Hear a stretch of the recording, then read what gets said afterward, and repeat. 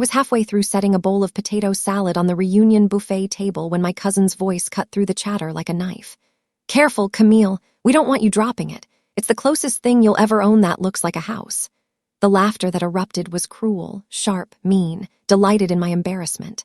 My aunt leaned in with a pitying smile that wasn't pity at all. "Sweetheart, some of us just aren't meant for stability.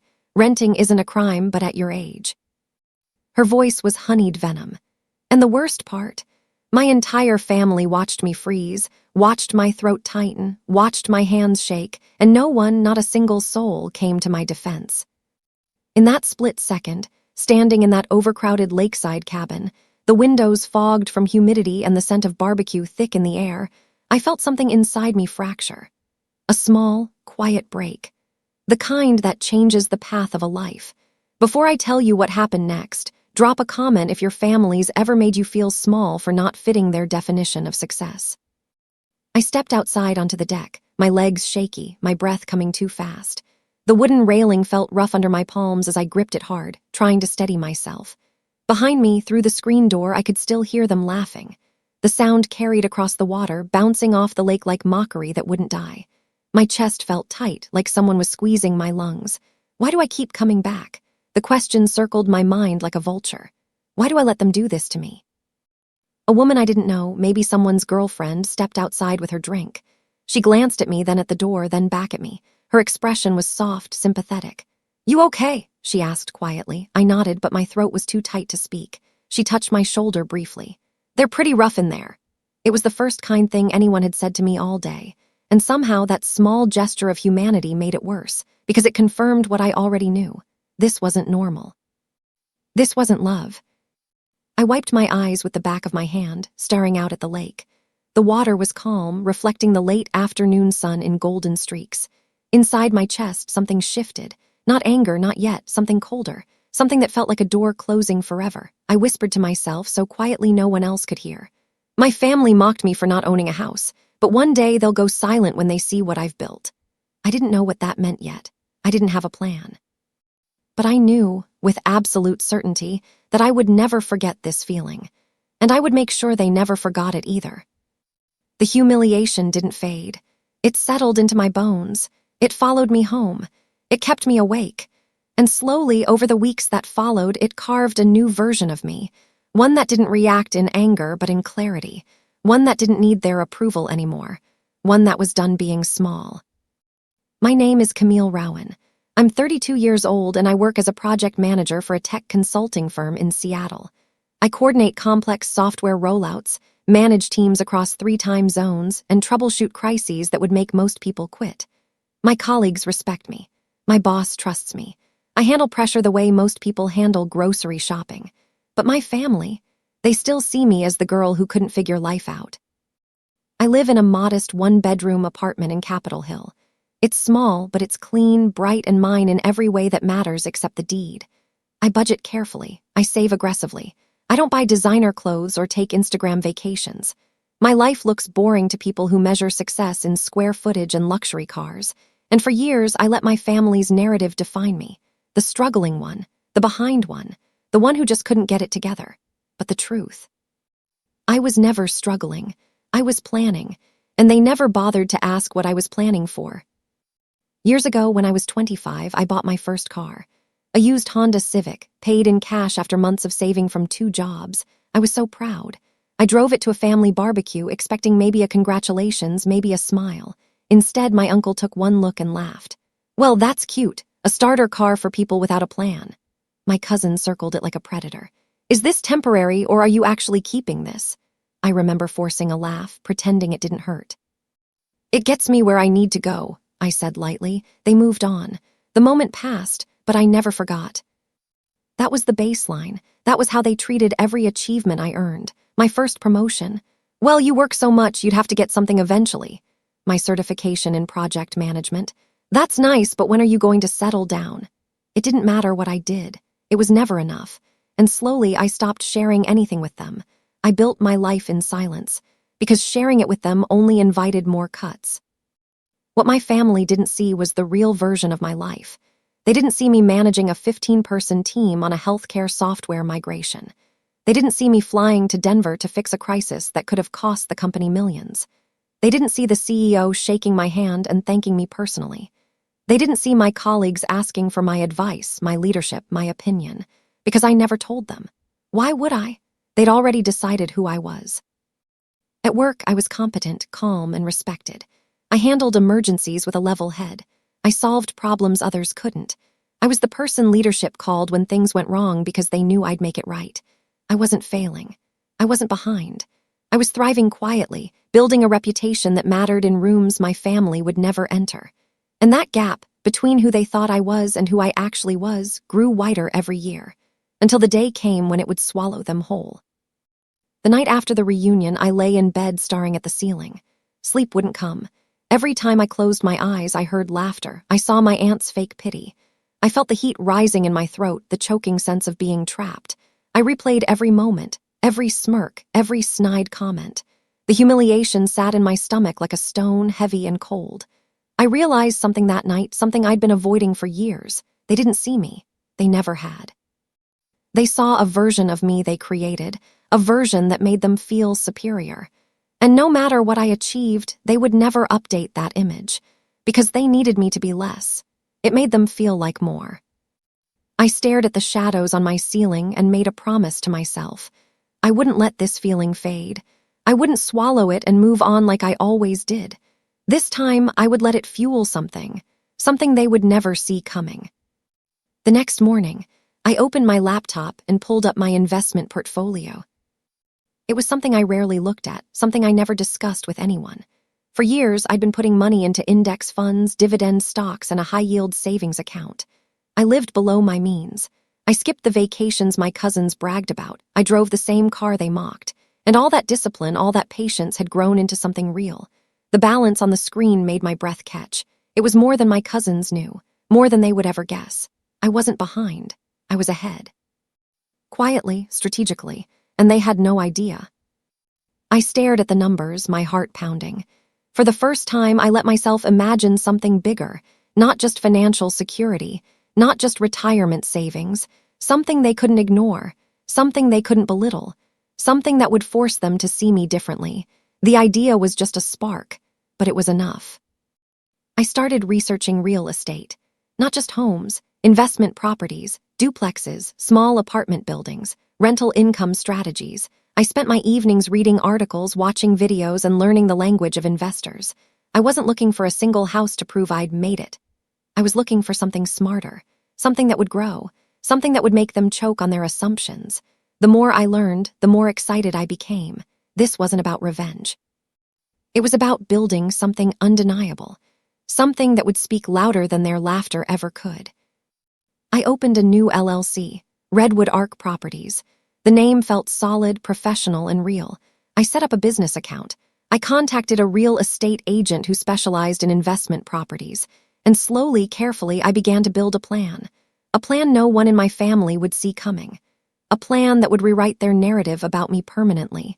The fire inside me wasn't rage. It was focused, and it burned steadily. 3 months later, I stood in the doorway of my first property. A duplex in Tacoma, freshly painted, with hardwood floors and big windows that let in the afternoon light. The smell of fresh paint hung in the air. My fingers brushed the cool banister as I walked through the empty rooms. It was mine. Legally, officially mine. I'd negotiated the price down, secured favorable financing, and closed the deal without telling a single person in my family. This was my secret, my victory. And no one could taint it. I stood in the living room, sunlight spilling across the floor, and felt something I hadn't felt in years. Peace. Not the fragile kind that depended on other people's approval. The deep, unshakable kind that comes from owning something real. I took a photo on my phone, not to post, not to share, just to remember. This was the moment everything changed. This was the moment I stopped being who they said I was and became who I always knew I could be. Over the next year, I acquired 2 more properties. A small house in Everett that needed minor repairs. A triplex in Renton with a solid rental history. I worked tirelessly, visiting properties on weekends, reading contracts late into the night, learning everything I could about landlord laws and tenant screening. Every success softened the ache my family had left inside me. Every signed contract felt like proof. Proof that I wasn't the failure they implied. Proof that I was building something they couldn't diminish. I visited the properties alone, walking through empty rooms, imagining the future. Renters, passive income, long-term security, financial freedom. Every step forward felt like distance from their voices, and that distance felt like air. No one at work knew, no one in my family suspected. I kept it quiet, kept it mine. Because the reveal, when it came, would be on my terms, and it would be devastating. Meanwhile, my family's noise grew louder. Group texts flooded my phone. My cousin posted photos of his new deck. "Finally adulting," he captioned it. My other cousin shared her kitchen renovation. "Homeownership goals," with a dozen emojis. My aunt sent an article to the family chat titled "The Dangers of Renting Forever," with a winking emoji clearly aimed at me. I read every message with a calm that surprised me.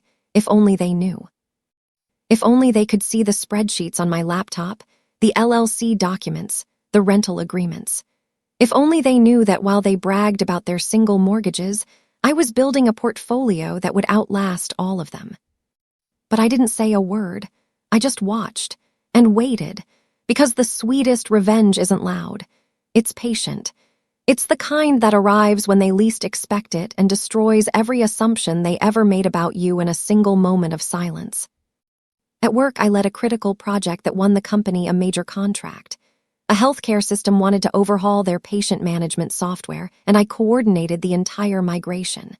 It was months of late nights, tense meetings, and complex problem-solving. When it finally launched successfully, the CEO called me into his office. "Camille, this was exceptional work. We're discussing a promotion. Senior project manager. Are you interested?" I nodded, keeping my face professional, but inside I felt something bloom. For once, someone acknowledged my intelligence without mocking it.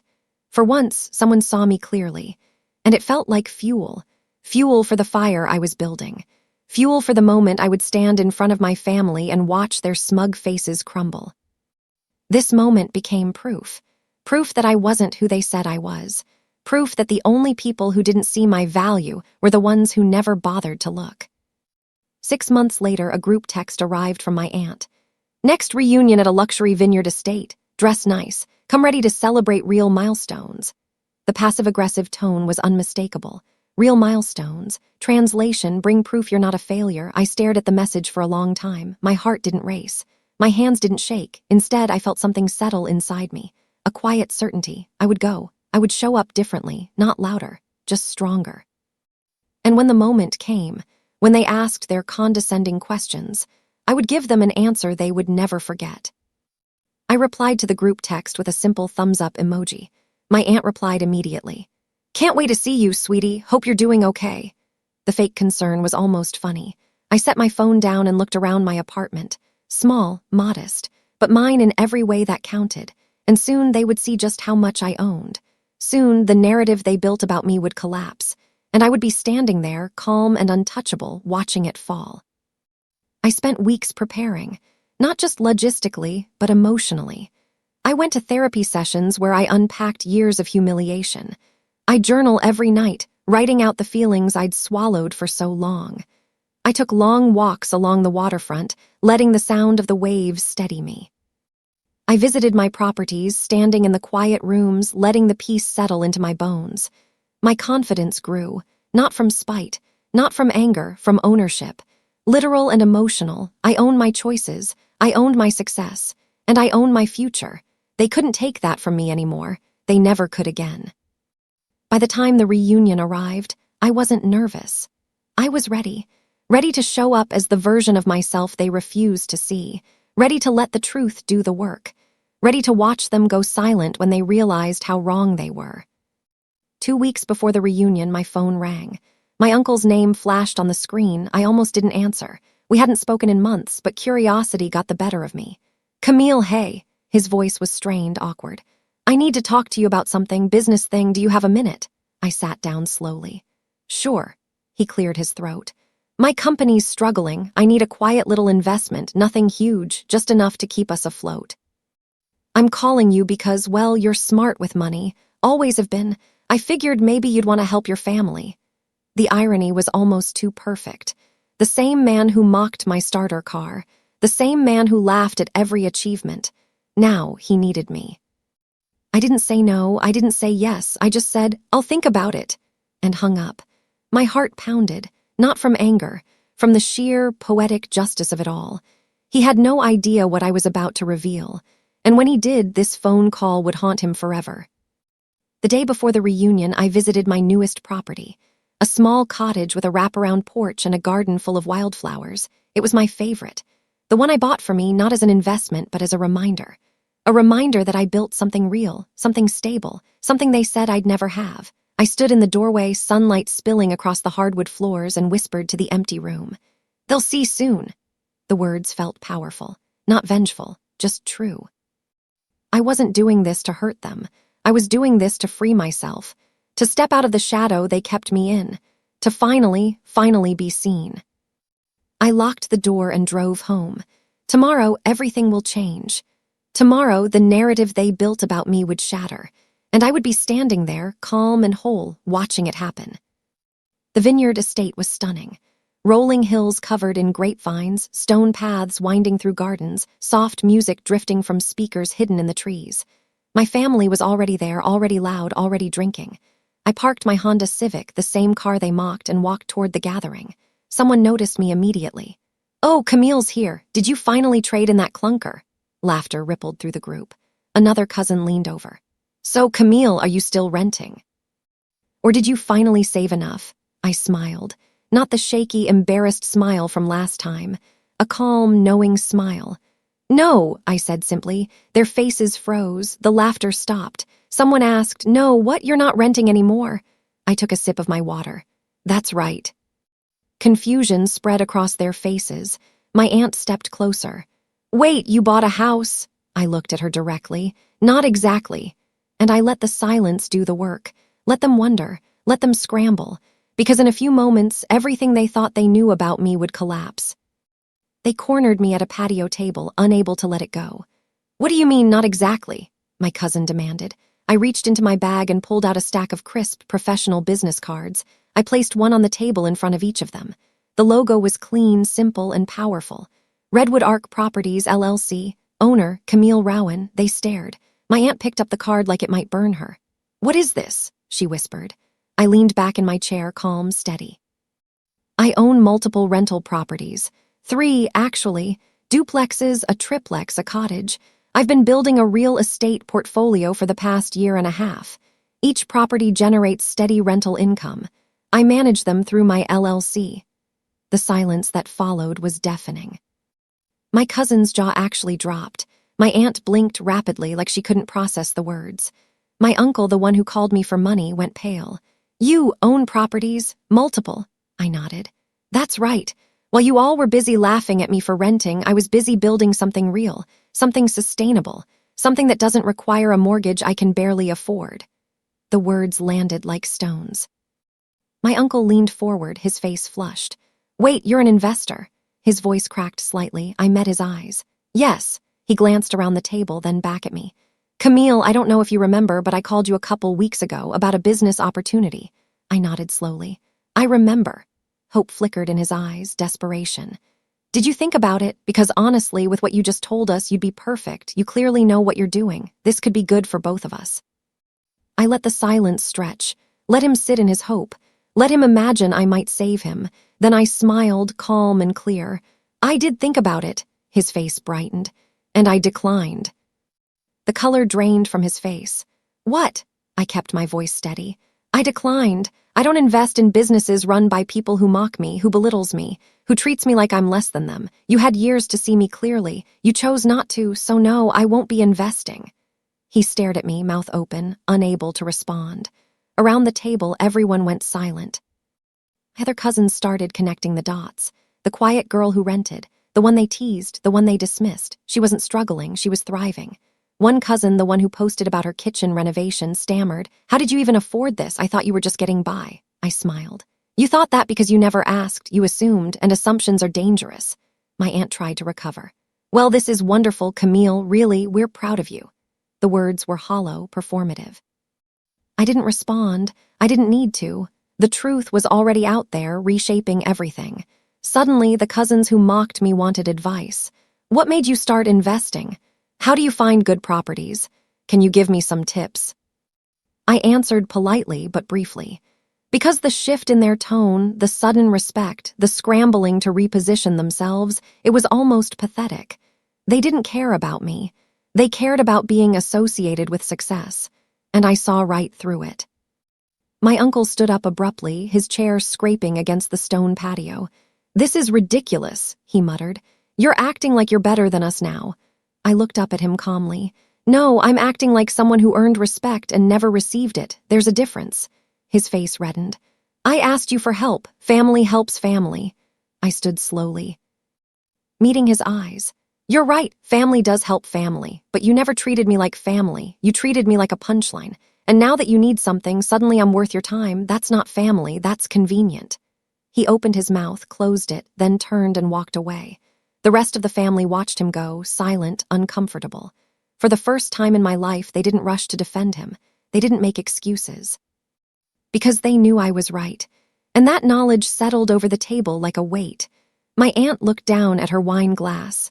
My cousins shifted uncomfortably. And I stood there, calm and whole, watching the facade crumble. In the weeks that followed, my uncle's business failure became public knowledge. Mismanagement, debt, arrogance. The family whispered about it in group chats I was suddenly included in, as if my opinion mattered now. He realized too late that my investment could have saved him.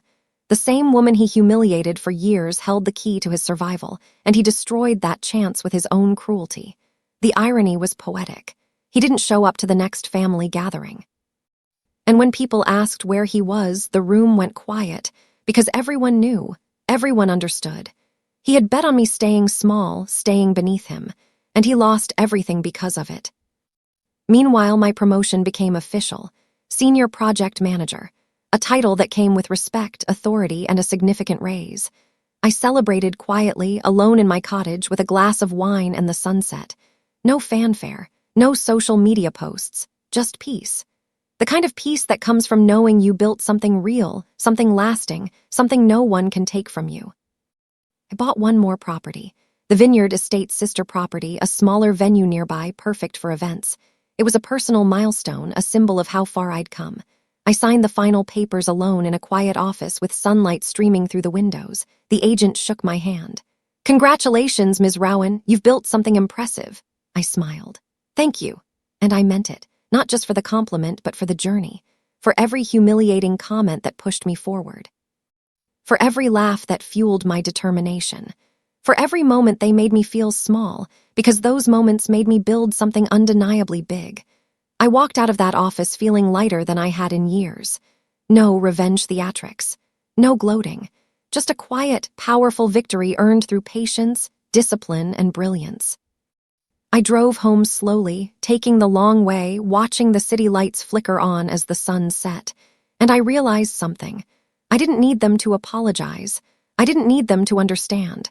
I just needed them to see, and now they did. Months later, my family hosted another gathering. I attended calm, unbothered. When I arrived, the room shifted.